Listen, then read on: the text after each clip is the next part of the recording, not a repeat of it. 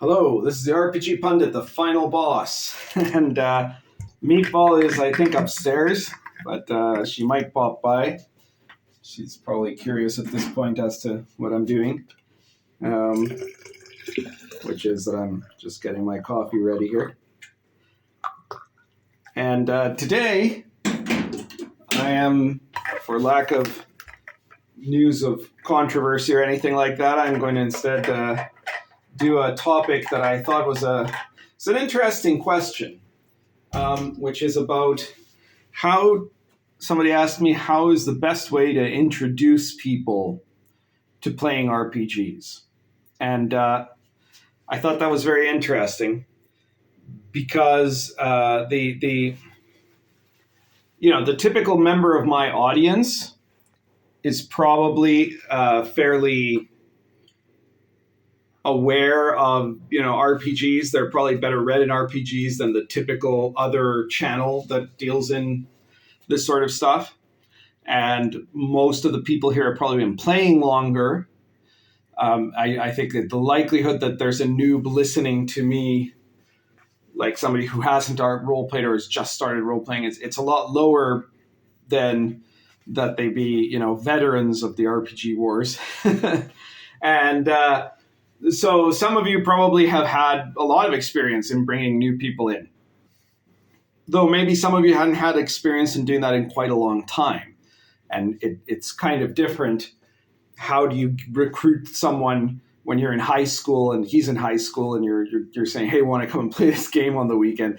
That's pretty different than trying to recruit, an adult, somebody else that is, it has adult responsibilities and it's a totally different social environment. So this is my advice starting from the very basic point, which is chances are you're not going out there just trying to pick random people or trying to draw in people who aren't interested. If you are, you should probably stop, right? Because that's not going to be a winning tactic for you. You are probably somebody who is known to others to be a gamer, and somebody comes to you and says, hey, I'd like to try to play this Dungeons and Dragons, right? Something like that. That's the most likely scenario.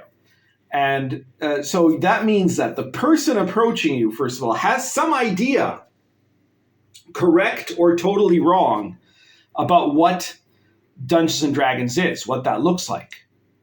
So they might have watched something like Critical Role, but more likely they've probably just seen Dungeons and Dragons on things like Stranger Things or in TVs, or they've heard a lot of stuff about it or read some articles about it, and so they have a certain notion of what RPGs are. But that's a double-edged sword, right? Because there's a lot of what they have an idea of that might be wrong. You're basically, they are basically trying to apply to join a type of club, right? This hobby of ours. And, you want them to join the club. But it's important to make sure that the person applying actually understands what they're joining up for before anything else, right? So the first thing you need to do, if in my advice, is ask them what they think RPGs are, how they think RPG play is. Like, what is the experience they're actually trying to look for? Because maybe this person has a considerable amount of knowledge. He's had experience, he's seen other people playing. He knows exactly what it really is like, and he just wants to try it. He's never tried it, but he's seen it or something, and and his explanation of what it's like is really clear, right? And therefore you could just skip ahead to the next step of this. But maybe that person, they have an idea from what they've seen on TV shows of people pretending to be playing D&D, including stuff like Critical Role, which is also people pretending to be playing D&D, right? So they might have seen something like those live streams or those Twitch streams or whatever of people playing RPGs, and they think that's what an RPG session looks like, but it's not, because that's a group of actors doing an improv skit where they're playing people who are playing an RPG. They're interpreting the role of people who are playing an RPG. And that's a very different thing right off the bat. Never mind all the theatrics and all the other nonsense they add to it. So you might get a total newbie that if you ask him, well, okay, so what do you think an RPG looks like? What do you think Dungeons and Dragons looks like? Because it'll probably be D&D that he's thinking of, right?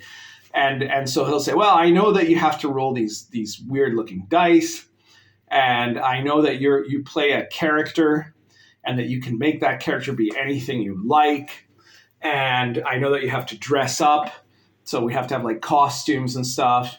Yeah, so right away you realize that this person is connected, has made a couple of errors, right? And so like you can't just be anything you like, right? But maybe they what they saw made them think you could, right?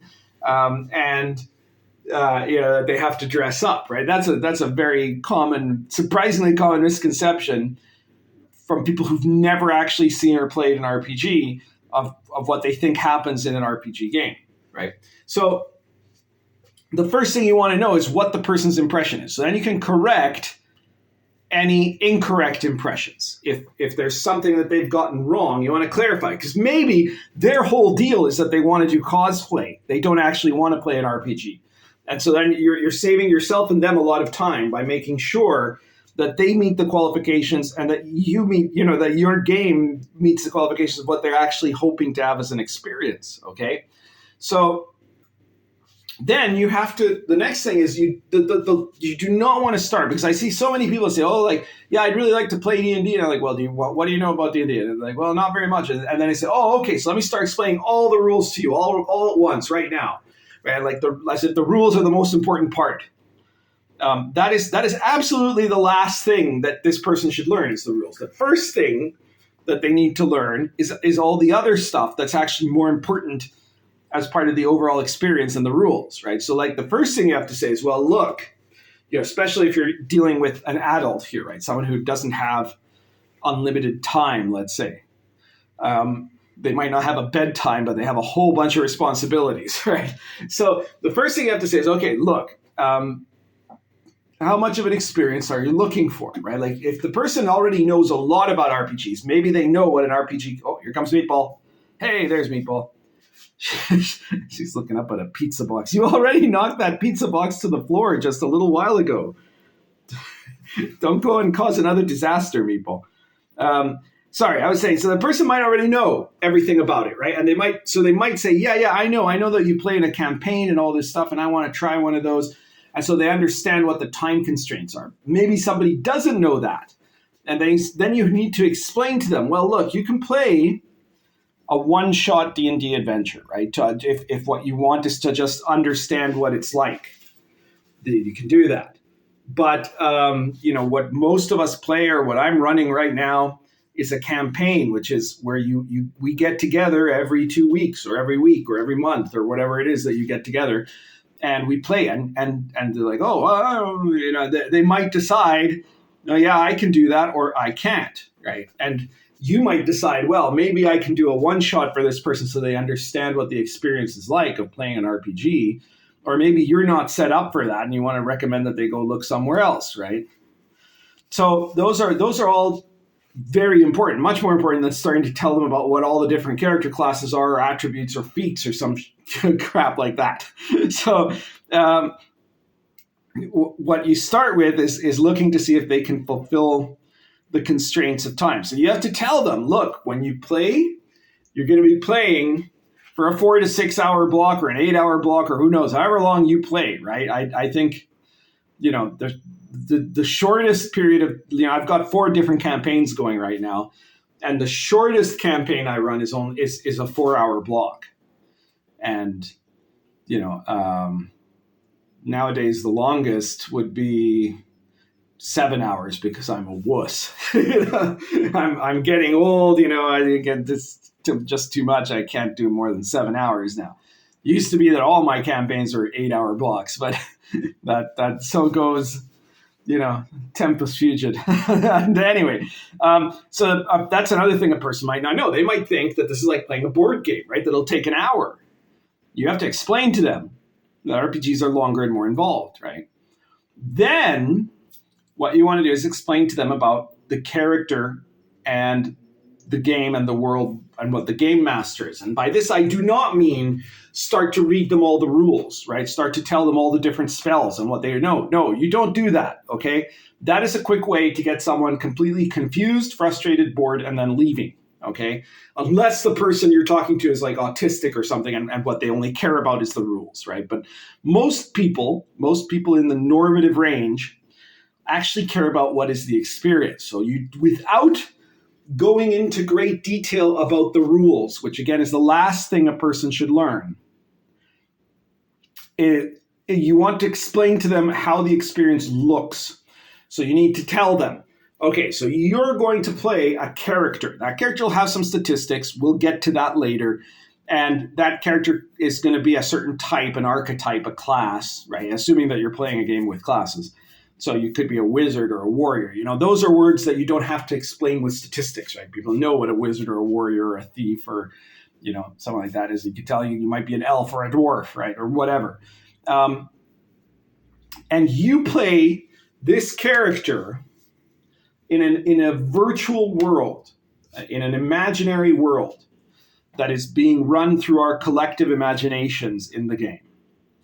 And there's the other players are each playing another character, just like the character you're playing, but with different abilities and whatnot, right? And then the dungeon master or the games master is playing the entire rest of the world, and he's in control of that world.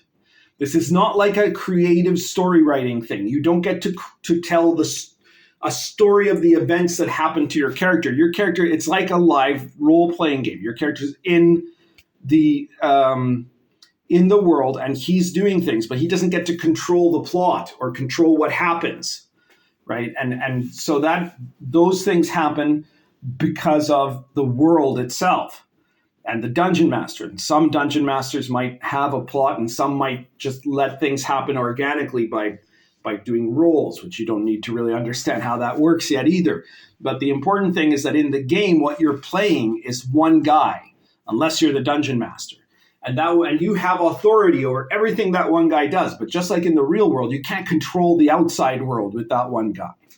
Because that's another important point. You're going to get people that are going to think, perhaps wrongly, that what they're doing is a collective storytelling exercise. And so they're going to be suddenly very frustrated when they find out that they can't just declare that their character, you know, was the greatest warrior of Lansdowne or wherever, and he slew 15 ogres already, you know, because that doesn't fit the game, and the DM doesn't want that, and no, he can't do that, right? And or he's going to get very frustrated when in the middle of the game he can't say, well, but suddenly I find a sword behind this mountain. You know, it's like, no, you don't find a sword, okay. That is a much more fundamental thing you need to explain to the new player than, you know, how saving throws work or something like that. Do not start by telling them the rules. I can't emphasize that enough. I know I've said it like 4 times now, but it's quite important. Okay, you do not emphasize the rules at the very beginning. You emphasize the experience. So once you've done that, then you have to talk to them about commitment, because presumably they want to join your game, and presumably your game is a campaign. Maybe it isn't. If it's a one-shot, then okay, fine. It doesn't really matter. If it's a pickup game that it's you and your old high school buddies or whatever are playing, you know, once every blue moon, and this guy just wants to be invited to when you do that, well, great. You know, that's not a problem. But if you're running an actual RPG campaign, I think Meatball agrees here. Do you agree, Meatball? Yes, she agrees. If you're running an actual campaign, then you need to make sure that this person really understands how commitment works. And that's hard because there are a lot of experienced gamers that don't seem to understand how commitment works.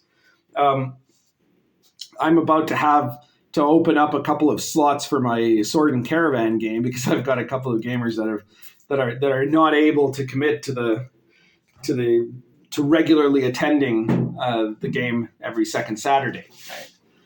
Oh, jeez, you're climbing up on that pizza box. There's going to be such a disaster here.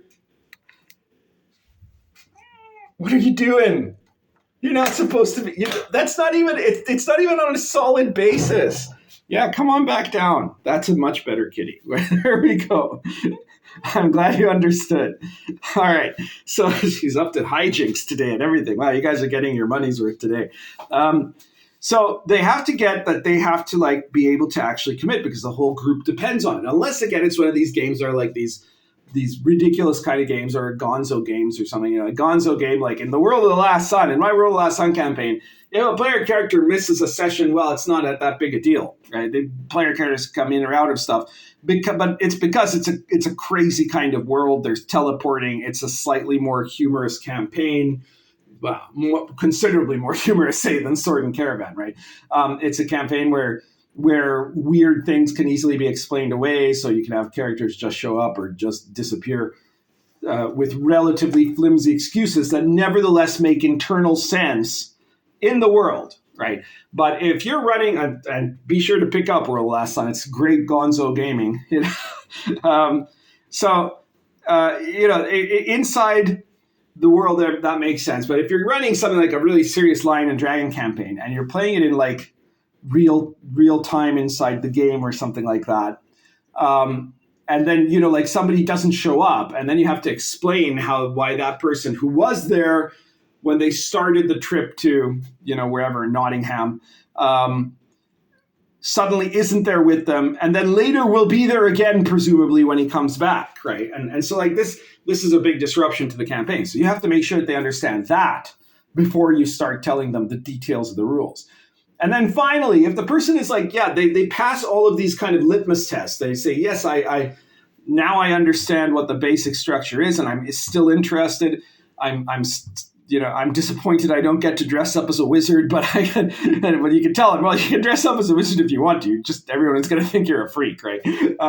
But I still like that I get to roll the weirdo dice. So yes, I can commit to it. So I'm going to come. I'm going to play, right? And then that's when you start telling them about the rules. But even there, I would very strongly recommend that you do not go like just flood this person, as I've seen others do to newbie gamers, with ridiculous amounts of information about rules mechanics, right? That's the worst thing you can do.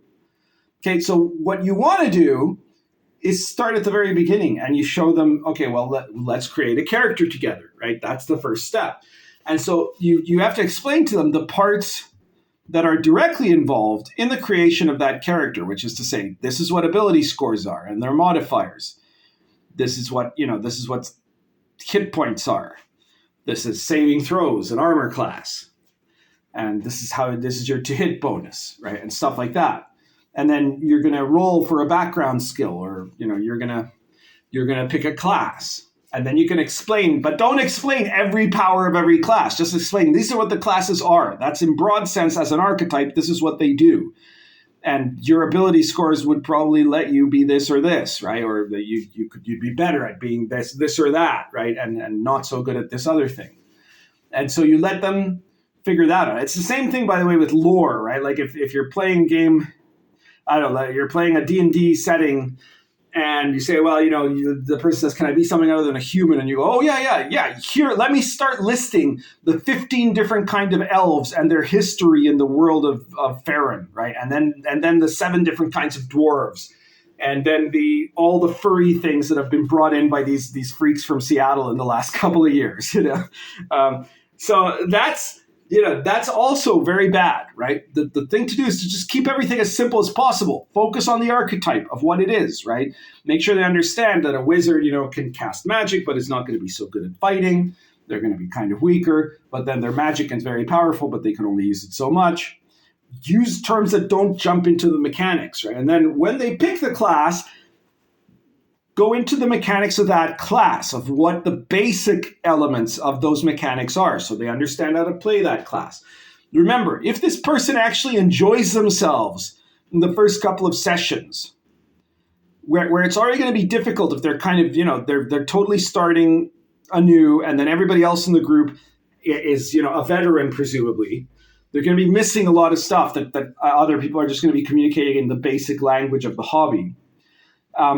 So if on top of that, you fed them a bunch of garbage info that is essentially garbage info at the beginning for them, right? And they don't know how to tell apart what they need to know versus what, you just told them because you have OCD, then you've got a real problem, because that person's going to have a very hard time feeling comfortable playing the game, and it'll increase the chance that he'll say, no, fuck it, this is too hard for me, I'm leaving, right? This isn't worth it, right?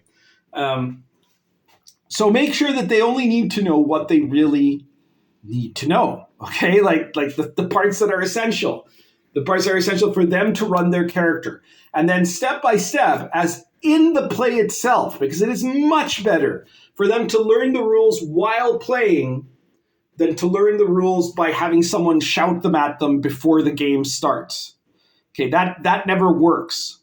That's just you wanting to show off how much you know about the game, and that's stupid.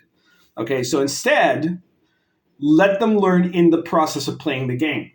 Okay, so the DM has to be mindful that this person doesn't know all the rules, and so you want to pause and explain as you're playing, these are your options and this is how it works, and that's what you'd have to roll. And then the person decides, and then they carry on, right?